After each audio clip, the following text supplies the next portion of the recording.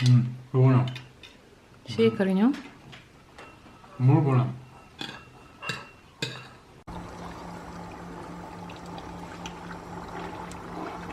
Ayan na guys, ito na yung mga ginawa.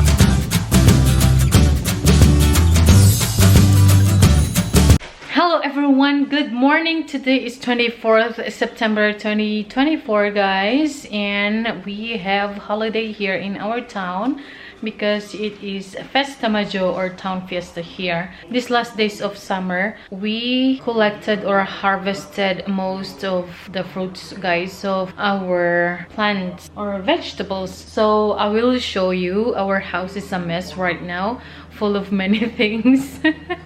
Yes guys, so I will show you, and we are going to process all of those. We are going to make tomato sauce. The other day I cook spaghetti and I use the salsa or the sauce guys, the tomato sauce that I preserve. So it was delicious. OMG, it was divine. So that's what I'm going to process to make again for our tomatoes. Yes, so as in guys, napuno itong basket natin with green and other vegetables as well. Yeah, green tomatoes, full of green tomatoes and other kind of vegetables. Yung mga ampalaya natin, iprinases ko na. So ito na yung mga naiwan dito sa isang basket kasi inilagay ko dito. Yeah, I separated the tomatoes because this is what I want guys to preserve. And can you see, this is our food for later. And ito yung isang basket po natin. Can you see? So, hinarvest po namin ito yesterday or the other day.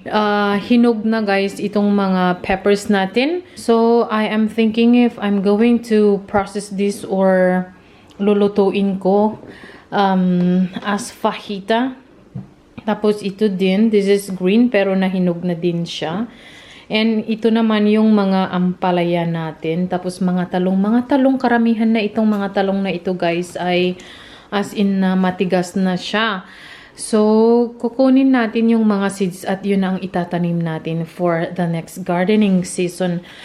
Kaya kinuha na din namin guys. This one is okay, it's still soft. Yeah, so we are going to eat that. Itong mga maliliit, yeah, because this is soft as well. Hindi namin kinuha yung mga ibang guys, talong na purple. Yeah.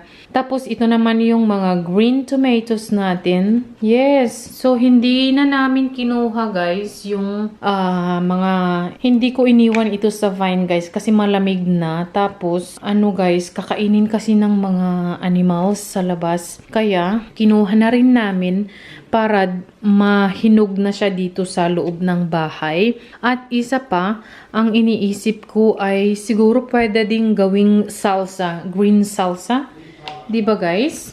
So, yun ang naisipan ko guys na gawin sa green tomatoes. So, ayan, as ina yung mga ibang kamatis na sa ilalim siya guys. So, marami pa akong mga ampalaya guys doon. Gusto kong kunin yung mga dahon na magaganda at yun ang i-freezer. Pwede kaya yun guys. So na-touch kasi ito ng lupa guys. Kaya once we clean it with water, this will be gone. Yung spots niya.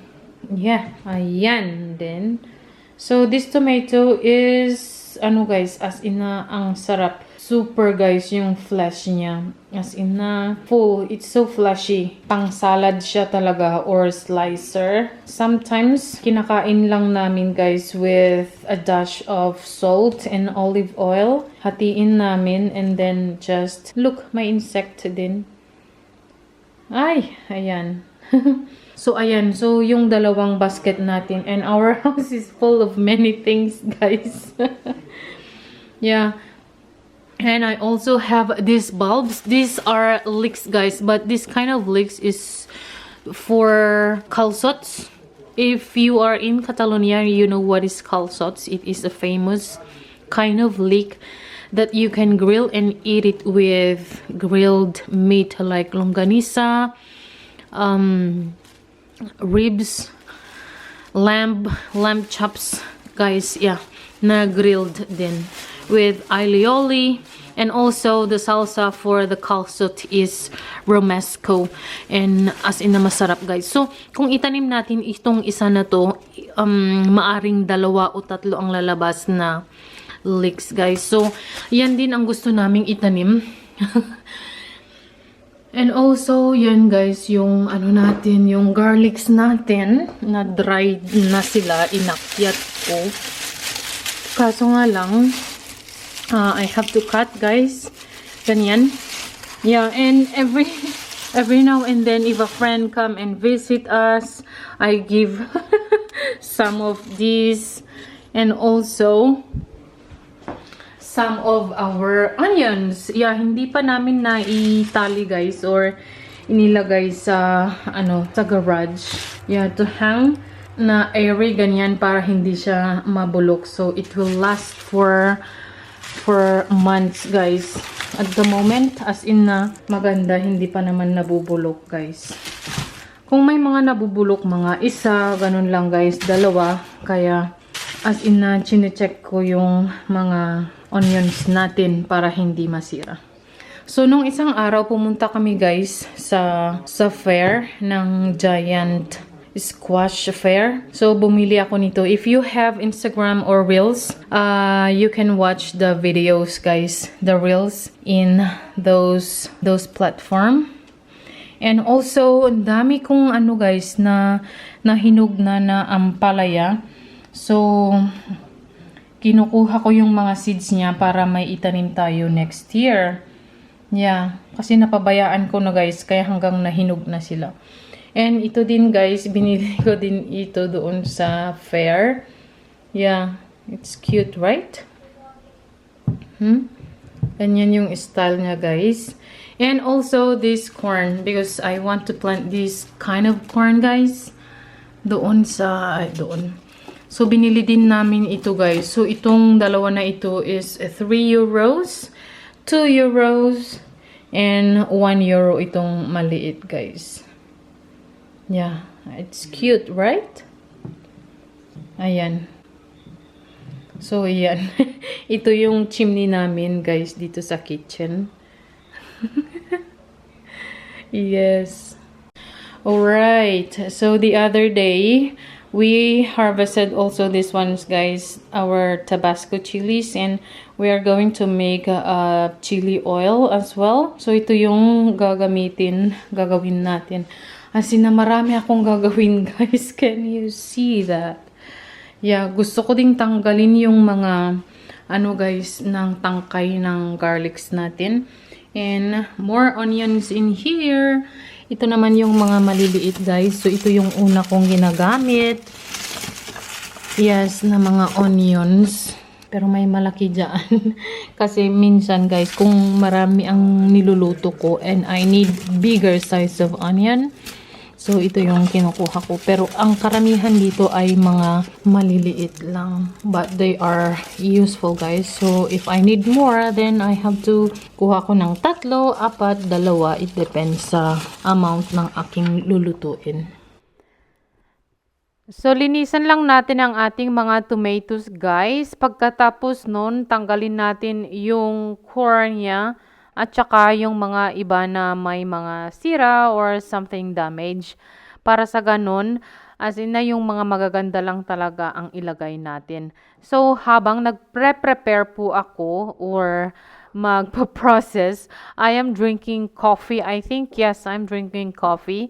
Tapos ayan, ang ganda ng loob niya, 'di ba? It's juicy and fleshy as well.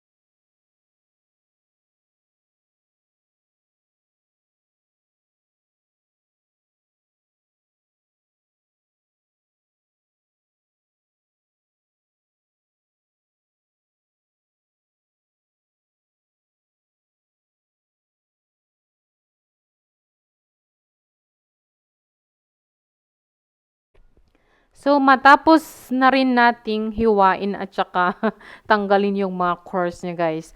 So, lagyan natin ng 1 cup, at least 1 cup of water para naman hindi didikit yung kamatis natin para hindi siya masunog. And also, I've realized and I remember that I have tomatoes na nasa freezer. Tinanggal ko na rin yung cores niya, guys, as you can see. So, ready and clean na rin yan, guys. Kaya, ang ginawa ko ay inihalo ko rin siya kasi it's taking up space in our freezer.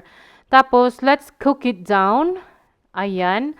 Tapos, na-realize ko na meron pa pala akong mga cherry tomatoes na yellow and red. Yung red is from last year, tapos yung yellow naman is from this year. So, ayun, ilagay din natin para sa ganun, yun nga guys, mas marami tayong tomato sauce na magagawa. So, inilagay ko and then I cook it down as well. Pagkatapos nun guys, nung naluto na silang lahat, I blended it or I used this immersion blender. Tapos, yun nga, as in na fine-fine na talaga silang lahat. Na-mix na silang lahat, guys. Hindi mo na makikita yung yellow na kulay na kamatis. So, naandyan na silang lahat. Tapos, ilagay pa rin natin sa, ano guys, sa fire para hindi siya watery as in a watery. Tapos guys, nagluluto rin pala ako ng lunch namin dito na chorizo or longganisa guys. It's not chorizo but longganisa. Tapos ang omelette, yun ang handa. Ano ba yan? Wala namang fest. Handa, yun ang lunch po natin.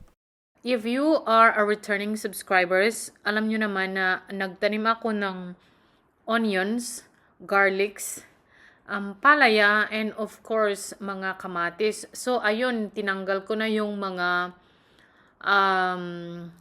buto ng ating ampalaya. Tapos, yun, ini-slice ko na siya.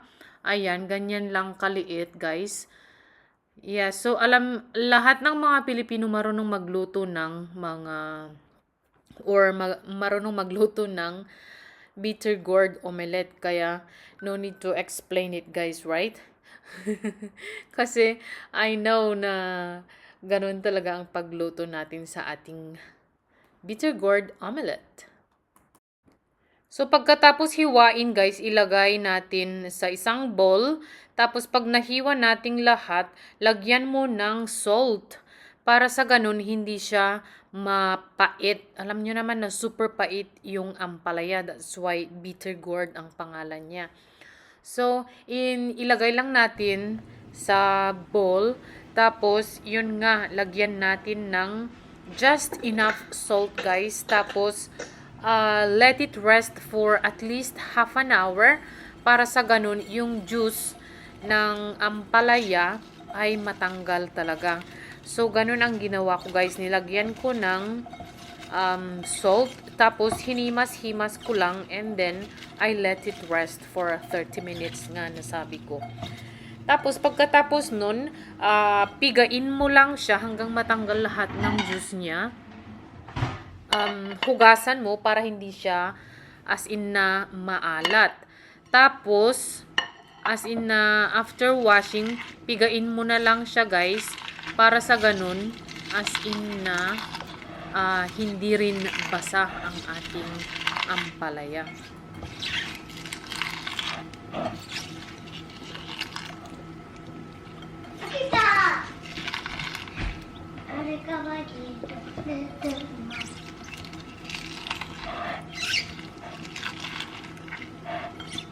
Kefeu.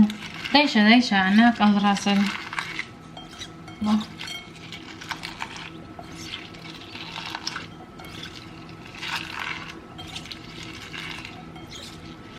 So, ayan na guys, pagkatapos ng himas-himas at piga-piga, ayan na guys, as in na, pigain na natin para matanggal lahat ng juice niya. And then, yun nga, wash it. Tapos, pigain ulit.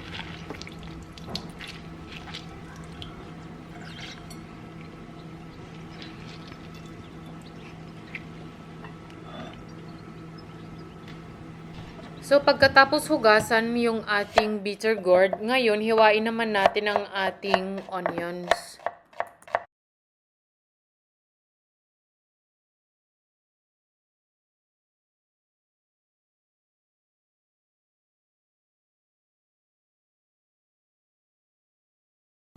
Ngayon naman guys, it's time to gisa-gisa our onion. So, ang unang-unang ilagay natin ay ang onion.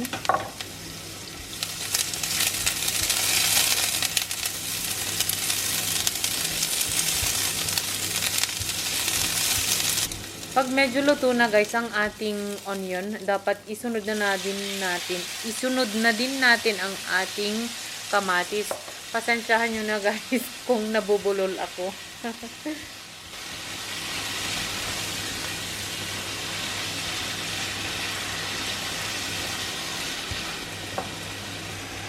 So, ngayon naman guys, pinapakita ko sa inyo yung tomato sauce na ginawa natin kanina. Tapos, yun nga, I am just cooking it down para sa ganun as in na hindi siya watery. So, ngayon, let's go back to our cooking ampalaya omelette. So, pagkatapos nun guys, pag medyo naluto na yung ating kamatis, isunod na rin natin yung ating ampalaya. Tapos, lagyan na natin ng kunting oil kung kailangan pa ng kunting oil. Pero kung hindi na, huwag na lagyan. Basta, lagyan mo na ng salt. So, ayun, nilagyan ko na ng salt guys para naman may lasa siya.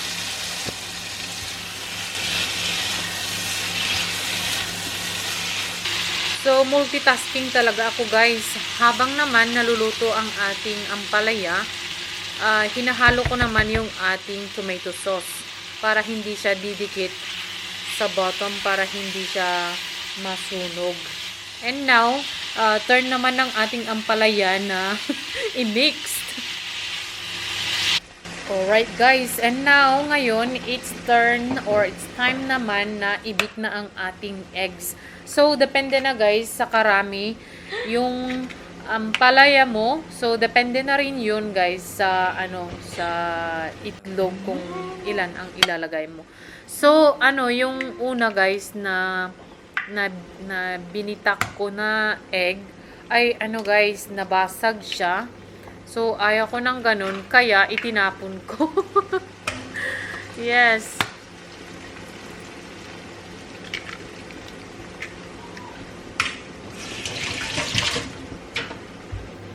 So, bali tatlo lang guys yung binitak ko na egg. Tapos, nilagyan ko din ng konting salt. Para sa ganun, as in na yung lasa ay hindi matabang. I-beat mo lang yung eggs. Tapos, pagkatapos nun, ilagay mo na sa ampalaya guys. Tapos, i-mix mo lang. Tapos, ayun na, may ulam ka na. Ang kumakain lang nito guys ay ako at saka si Habi, kasi yung mga bata hindi pa nila kaya guys, kasi para sa kanila is mapait talaga ang ampalaya. Kaya si Habi lang at saka ako ang kumakain nito. And we really enjoyed it guys, kasi nga kung napigaan mo siya ng mabuti, as in na hindi naman siya gaanong mapait guys. At saka marami talaga siyang good benefits sa ating katawan.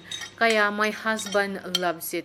Kung tanungin mo ang aking asawa kung ano ang paborito niyang Filipino food, sabi niya na pinakbet, kasi nga full of veggies guys.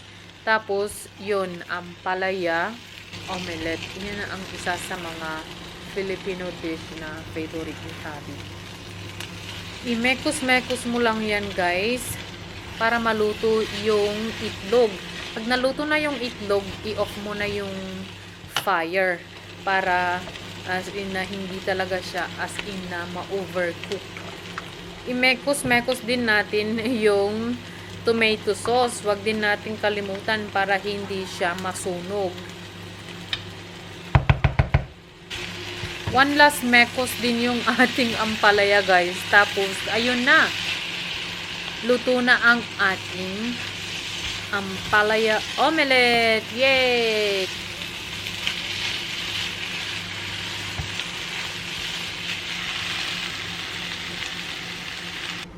Huwag din natin kalimutang tikman guys, just in case na wala siyang lasa. Kaya ayan, ipinapakita ko sa inyo na itry ko. Ayaw mag-focus ang ating camera guys, kaya ilang beses ko nang trying to show it to you. Ayan, nag-focus na siya. Let's try it.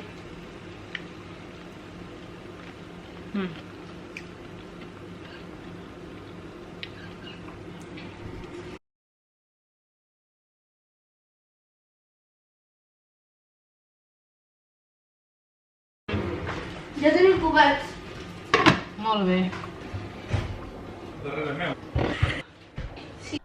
Ayan guys, nagsimula nang kumain si Hailey kasi gutom na siya. Tapos itong si Lakota naman, gusto niyang uminom daw ng Fanta. Kaya ayan, sabi niya, Fanta.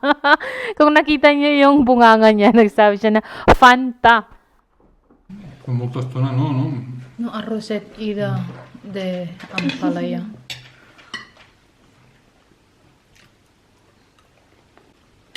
Qué bueno.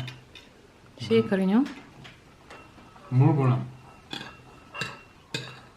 Ayan guys, so ang ating sauce, tomato sauce naman ay medyo okay na, or yun talaga yung consistency na gusto ko. So na i-boil ko na din yung ating mga bottles, lahat ng mga cooking utensils na ginagamit ko sa pag-canning. Ano na guys, na sterilized na siya. So, ayan, nilalagay ko na siya sa bottles. Pagkatapos nun, guys, let's clean the rims para sa ganun, hindi ma-fail yung pag-seal ng ating tomato sauce, ng ating bottle. So, I am just reusing, guys, yung mga bottled na ginamit ko noon. So, okay pa naman sila guys, as in nasi-sealed pa naman sila. So, dahil mainit ang ating tomato sauce at saka yung mga bottles, mainit din, ilagay din natin or i-water bath din natin sa mainit na tubig na para sa ganun, yung contrast ng mga bote and the tomato sauce itself guys, sa malamig hindi siya ma-crack. Kaya dapat kung mainit yung product natin, dapat mainit din yung tubig para sa ganun. As I've said, yun nga, para hindi siya ma-crack talaga guys. Kasi kung mainit at saka malamig, patay na yan guys. As in mag-crack talaga yan siya. Kaya dapat ganun talaga. Kung ano naman, kung malamig or environment, temperature naman yung ating product, as in ganun din yung tubig guys. Dapat pagsabayin mo din sila para dalawa silang magsabay silang magsimulang mainit. So ayan guys, nakikita nyo naman na yung natin tubig ay nagsisimula na talaga siyang mag-boil. So, ayan guys, i-water bath lang natin ito. At saka, nag-add din pala ako ng kunting tubig. So, mainit din. Nakikita nyo naman na umuusok yung ating mainit na tubig. So, ayun nga guys. Yan, lagyan natin muna. So, guys, pag magsimula ng mag-rolling boil, yung as in na talagang kumukulo na talaga siya guys, doon na tayo mag-start na mag-count ng 30 minutes. So, iset mo na yung timer mo ng 30 minutes.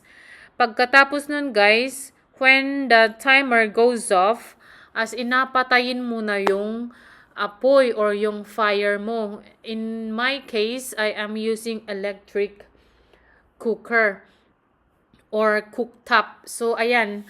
As in na 1 minute left na lang guys ang pinakita ko, tapos yun beep beep na siya. So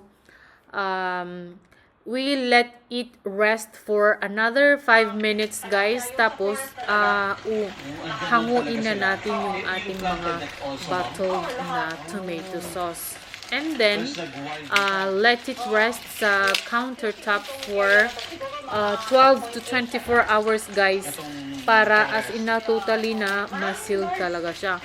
Pero pag normally pag iniwan ko yan siya, guys, the whole night, the next morning as in na sealed na talaga siya, guys. So ayun. While waiting for the tomato sauce, guys, ng 5 minutes, I'm preparing, guys, yung mga ingredients ng ating chili sauce na gagawin. So sinearch ko lang yan, guys, sa internet on YouTube. So, ayan, ang ingredients ay bawang, tapos yung mga chili natin or Tabasco chili natin, guys, tinanggalan ko siya ng tangkay. Tapos, inilagay ko sa food processor para as in na ma-chop-chop talaga siya ng quite fine. Para sa ganun, mas maganda later. So, ayan, guys. Yan ang ating mga ginagawa dito sa bukid. Lahat ng mga itinatanim ko, guys, dapat pinapakinabangan talaga. Kaya, kung kayo ay may piece of land, dapat magtanim kayo ng mga gulay or anything, guys, as long as yun ang kinakain nyo, kinukonsume nyo na mga gulay. Huwag kayong magtanim ng mga gulay-gulay or kung ano-ano na hindi nyo naman kinakain kasi sayang yung effort at saka sayang yung time, sayang yung tubig, maraming sayang. Kaya mas maganda talaga na yung mga itatanim mo ay talagang nagagamit nyo or inuulam nyo. So, ayan, guys. Itong mga chili na ito, guys, kaya ko gumagawa ng ganyan kasi my husband and I, as in na gustong-gusto namin ilagay sa soup. Kasi nga, guys, winter is coming or autumn first is coming, of course. Autumn and then winter, as in na ang sarap, guys, yung chili sauce sa soup. Kaya as in na, yun nga, ito talaga yung purpose ng chili oil. At saka isa pa, guys, pag gumagawa ako ng siomai, yun din ang nilalagay on top, as in na super sarap, 'di ba? So ilang araw ko na kasing na-harvest ito, guys. So yung iba medyo na dry na din siya, kaya pinipili ko talaga yung mga magaganda. So ayan, guys. So ayan, kunin naman natin ngayon yung isang bowl, guys. So, as you observe na kinikilo ko siya, guys, or I weigh it, para sa ganun, malaman natin kung ilang sugar or oil or whatsoever or vinegar or salt ang kailangan. Tapos, yung ano naman natin, guys, yung tomato sauce, nag-stop na siya and after 5 minutes, kaya nakita nyo na yung tubig hindi na kumukulo kasi I stopped it and I waited for 5 minutes bago ko siya hanguin. While taking them out, I am taking them carefully, guys. Para sa ganun, hindi siya makrack sa lamig. Kasi as in na super hot yan, guys. Tapos yung environment natin is quite cold. Para sa ganun, as in na maganda yung pagkasil niya, guys. Bale, 7 bottles lang ang nagawa natin, guys, sa tomato sauce na yan. Pero para sa amin, as in na marami na siya, guys. Kasi isang bottle or 1 bottle and a half ang nagagamit ko every time I cook spaghetti. Ganun, guys. Kaya as in na okay na yan. I think ang nagawa ko lahat during this summer is guys, mga 20 plus bottles yata na tomato sauce. Tapos may ginawa din ako na mga tomato sauce din but with vegetables like green and red bell pepper, eggplants, and also zucchini. Kaya as in a super sarap yun, guys. It is one of my husband's favorite na homemade na gawa ko, guys. Itong clip naman na ito, guys, ay tinatanggal ko na yung mga stems ng chilies natin. pagkatapos kong hanguin yung tomato sauce, ito naman ang ginagawa ko guys. So as in na tinatanggal ko one by one kaya maraming matrabaho siya guys. Pero patience is a virtue talaga guys. Kaya slowly matatapos din lahat yan. Basta be patient. At saka isa pa, worth it talaga. Kasi mga 1 year ko na siguro ito na ano guys, na supply. Tapos sa ngayon is October, marami pa akong ano guys, chili na dapat anihin. I have to go and cut them and bring them in to dry. Para naman sa ganun, gawin nating dry at yun ang gawin nating chili flakes. So, ayan, pagkatapos kong anuhin guys yung mga ingredients natin, i-blend or idaan natin sa food processor para sa ganun mag-grind siya. So, ang una kong grind is yung garlic. And then, isunod natin yung mga chilies natin. Isunod natin one by one or not one by one, pero every now and then, handful. Kasi maliit lang kasi yan guys, yung food processor ko. Kaya, ganun.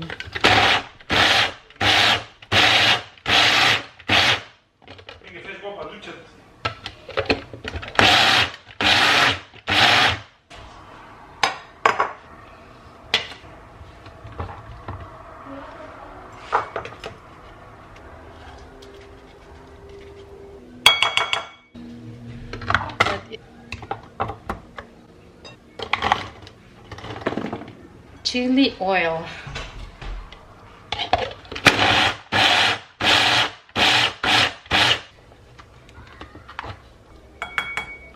So, ganun lang guys. Just repeat the process until na matapos yung pag-grind mo.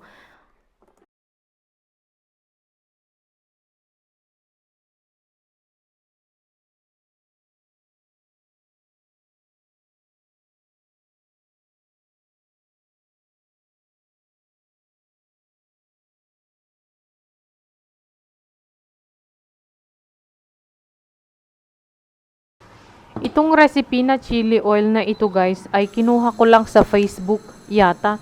Dumaan lang sa Facebook ko sa Reels. Tapos yun, may mga ingredients siya.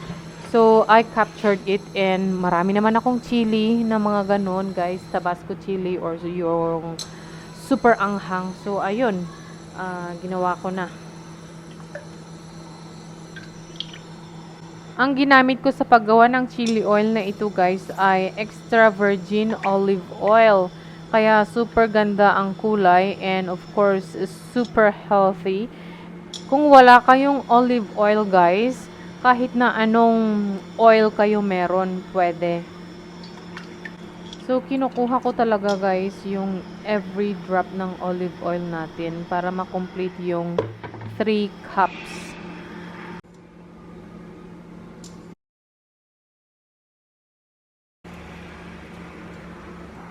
Ang gawin lang natin guys ay yun nga, halu-haluin at lutuin lang natin in a low fire.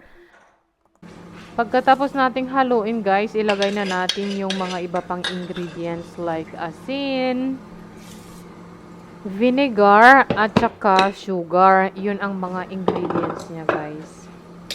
Tapos haluin ulit natin. Nakita nyo naman na kinuha ko yung phone ko para i-check kung ano pa yung mga ingredients na nakalimutan ko guys or kailangang ilagay. I check my phone para sa ganun sure talaga na mailagay natin yung mga iba pang ingredients. Kinuha ko na yung asukal at ilagay na natin guys.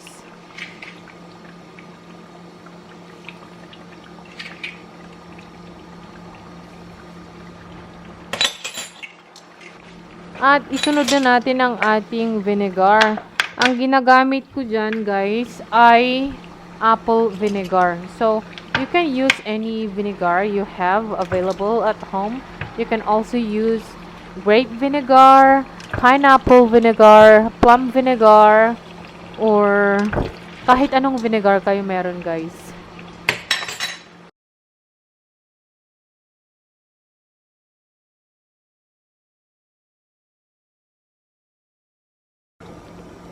May mga ilang pieces na hindi na-grind ng mabuti, guys. Kita nyo naman, pero okay lang yan.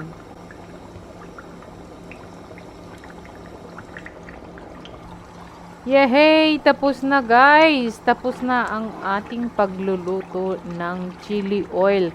Ayan, may chili oil na po tayo. Kinuha ko pala yung mga malalaking pieces and then I chop it, guys, finely. Tapos ibinalik ko.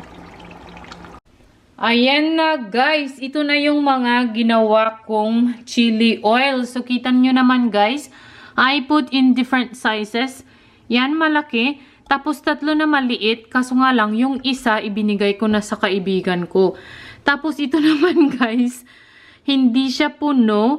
Kaya, ito ang una naming ginamit ni Habi. So, every time na kumakain kami ng soup, ito ang inilalagay ko, guys. Kasi as in na, ang sarap kasi, guys. Yeah, kaya, ayan, ubos na yan. Tapos, binuksan ko na rin yan kahapon. Nakita nyo naman siguro doon sa vlog ko. Tapos, ito naman yung dalawa na magka-size din. So, pag ubos ito, guys, or ito, so, i-refill na lang natin. Para sa ganun, hindi magalaw or ano yan, guys. Pang-refill lang ito talaga. Kaya inilagay ko dyan sa malaking bottle.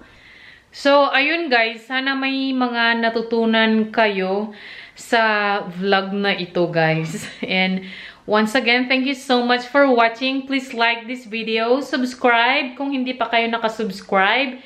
And comment, guys. Tell me kung saan kayo nanonood, saang bansa kayo o saang parte ng mundo kayo nanonood, guys. Tapos, kung gusto nyong magpa-shoutout, just, ano lang, guys, magsabi lang kayo. So, follow us, guys, at makikita nyo kung paano ang pamumuhay dito sa Spain, dito sa bukid ng Spain. And, yeah. So, thank you again very much and take care, God bless, and see you again very soon. Bye!